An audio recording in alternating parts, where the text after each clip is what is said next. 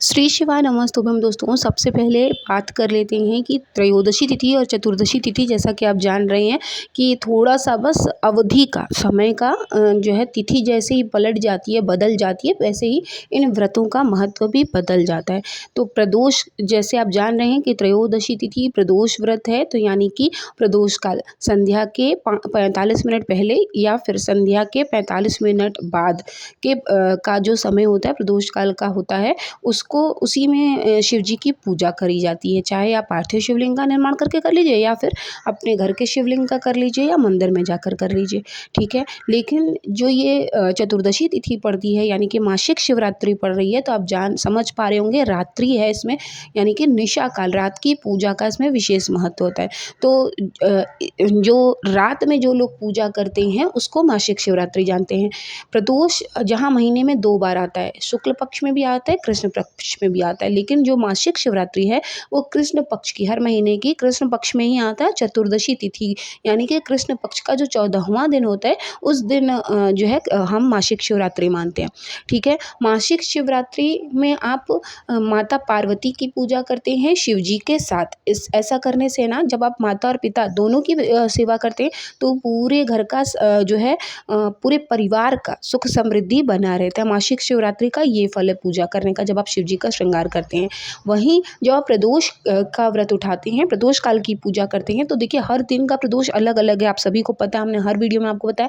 रविवार का जो प्रदोष होता है तो अलग उसकी मनोकामना के लिए होता है, सोमवार का अलग मनोकामना। तो इस तरह से दिनों के हिसाब से, ग्रहों के हिसाब से प्रदोष को रखा गया है। हर बार जब प्रदोष अलग अलग तिथि पर पड़ती है ना, अलग अलग दिन पर पड़ती है, तो उस दिन के हिसाब से या जिस व्रत से आपने उठाया, जैसे आपने बृहस्पति से अगर उठाया है तो आपको उस हिसाब से मनोकामना की पूर्ति होगी, चाहे आप कोई से भी दिन का व्रत रखें प्रदोष काल का। लेकिन जिस दिन से प्रदोष आपने उठाया है, दिन का महत्व होता है, ग्रह का महत्व होता है, वही ग्रह आपका जो है मजबूत होने लगता है। इसलिए प्रदोष की पूजा अलग हो जाती है। मासिक शिवरात्रि किसी भी दिन पड़े, उसकी सिर्फ तिथि का महत्व है। तो मासिक शिवरात्रि में जहाँ पर आप महादेव व माता पार्वती को प्रसन्न करने के लिए पूजा करते हैं, वहीं प्रदोष का जो व्रत होता है मनोकामनाओं की पूर्ति के लिए होता है। बस इतना सा ही अंतर होता है। हाँ, व्रत आपका एक ही में दोनों हो जाता है, प्रदोष काल का भी हो जाता है, मासिक शिवरात्रि का भी हो जाता है, क्योंकि आप शाम के समय पे जो है थोड़ा बहुत अल्पाहार जो भी आप लेते हैं बिना नमक का सेवन, उसमें भी होता है, इसमें भी होता है। बस रात की पूजा, शाम की पूजा का इसमें अंतर होता है। अब बात करते हैं कि अगर मासिक शिवरात्रि की में कोई उपाय करना है तो क्या करें, और अगर प्रदोष काल में कोई उपाय करना है तो क्या करें। देखिए प्रदोष के व्रत का तो कई उपाय हैं, जिस भी मनोकामना के लिए करना चाहते हैं आप, उसके कई उपाय। लेकिन मासिक शिवरात्रि की जब आप पूजा करते हैं ना, तो उसमें 5 बेलपत्र, जी हाँ, 5 बेलपत्र आपको चढ़ानी होती है सबसे पहली, और सफ़ेद फूलों से उनका श्रृंगार करना होता है। मासिक शिवरात्रि में आप सिर्फ और सिर्फ उन्हें सफ़ेद पुष्प ही अर्पित करना चाहिए। उन्हें माता पार्वती को देवी फूल अर्पित करिए और शिव जी को आप सिर्फ सफ़ेद फूल से उनका श्रृंगार करिए। सफ़ेद वस्त्र, सफ़ेद टीका, सब कुछ उनका श्वेत होना चाहिए। अब बात कर लेते हैं कि मासिक शिवरात्रि पर 5 बेलपत्र का कौन सा उपाय अपनाएं। तो सबसे पहली बेलपत्र माता अशोक सुंदरी को चढ़ाई जाती है। डंडी की जो दिशा होगी ना, वो पीछे की ओर होगी, ठीक है, पीछे की ओर, जहाँ से मतलब जल गिरेगा नीचे। दूसरी बेलपत्र आपको माता पार्वती का जहाँ हस्त कमल है वहाँ चढ़ाना है, पीछे की तरफ से आपको चढ़ाना है, जहाँ पर उनका जो पीछे की 2 पत्ती होती है वो उनके शिवलिंग से टच होती रहे, ठीक है। तीसरी बेलपत्र आपको चढ़ाना है महादेव को, डंडी की दिशा जो है वो आपके विपरीत में होगी। चौथी बेलपत्र आपको चढ़ाना है जहाँ से जलाधारी से नीचे, जिस जमीन पर जल जहाँ पर गिरता है, चौथी बेलपत्र आपको वहाँ चढ़ानी है। पत्ती का मुख महादेव की ओर होगा, डंडी का मुख शिवलिंग के विपरीत दिशा में होगा।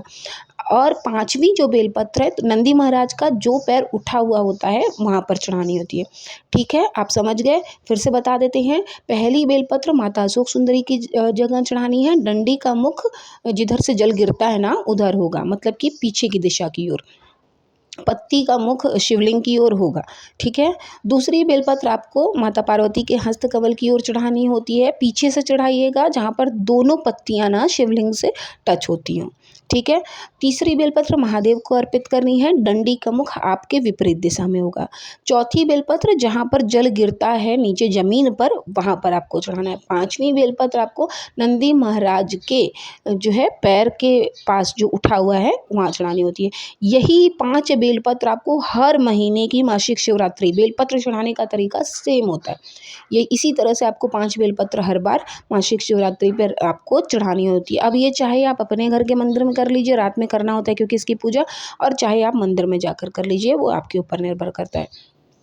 दूसरा, जिसके पास शिव परिवार की तस्वीर है, जिसने शिवलिंग नहीं रखा है, वो कैसे करेंगे? वो आप ध्यान करते हुए इन 5 बेलपत्र को शिव जी को अर्पित करेंगे कि आप इन जगहों पर अर्पित कर रहे हैं, ऐसा ध्यान करते हुए आपको जो है अर्पित करना है। ठीक है। प्रदोष में जब आप जहाँ अधिकतर ऐसा होता है भाई रात में जो है बहुत सारे लोग नहीं करते होंगे, ज़्यादातर लोग प्रदोष का ही व्रत करते हैं। तो प्रदोष काल में अधिकतर आप जब पार्थिव शिवलिंग का निर्माण करते हैं ना, तो जब आप उनका अभिषेक करा लेते हैं, सिर्फ एक अखंड चावल का दाना, इसी से सिर्फ आपको सब कुछ करना है। एक अखंड चावल का दाना जहाँ पर आप महादेव को अर्पित कर देते हैं, आपके घर में सुख समृद्धि आने लगती है। ठीक है। लेकिन मासिक शिवरात्रि में जब आप पूजा करते हैं तो आपको पूरा श्रृंगार उनका करना होता है, चाहे पार्थिव शिवलिंग का निर्माण करके करें या फिर शिवलिंग की पूजा करें या शिव परिवार, सफ़ेद पुष्प से उनका श्रृंगार करना अति अनिवार्य हो जाता है मासिक शिवरात्रि वाले दिन में। देखिए, प्रदोष व्रत में जहाँ पर आप नटराज स्तुति कर सकते हैं, शिव तांडव स्तोत्र कर सकते हैं, वहीं पर जब भी मासिक शिवरात्रि आती है तो आप शिव चालीसा का पाठ करिए, महामृत्युंजय मंत्र का जाप करिए, रुद्राष्टकम का पाठ करिए, या फिर अगर आपके पास शिव महापुराण है तो आपको उसका भी पाठ एक एक अध्याय करके ज़रूर करना चाहिए, उसका अत्यंत लाभ होता है।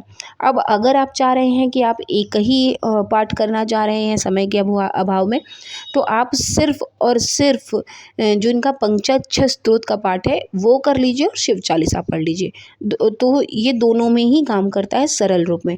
उससे भी सरल है अगर, तो आप सांब सदाशिव नाम का सिर्फ जाप करिए, 108 मंत्र का आप जाप कर लीजिए, वो भी आपके लिए अति मतलब पर्याप्त होगा। 108 मंत्र का जाप करके आप जो भी मनोकामना, जैसे खासकर प्रदोष काल में अगर आप कर रहे हैं तो आप मनोकामना की पूर्ति हेतु ये 108 नाम जो आप नाम जप करेंगे उसको आपको अर्पित कर देना होता है महादेव को। सेम यही काम आपको महाशिवरात्रि पर करना होता है। जैसे आप परिवार की समृद्धि सुख चाहते हैं तो आपको उन्हें 108 बार नाम जप किया और उसको आपको अर्पित कर देना होता है महादेव के चरणों में। आप वो जो है कि हमने इतने मंत्र आपको जाप किया है और जो है हमारे घर में आप सुख समृद्धि अवश्य दीजिएगा।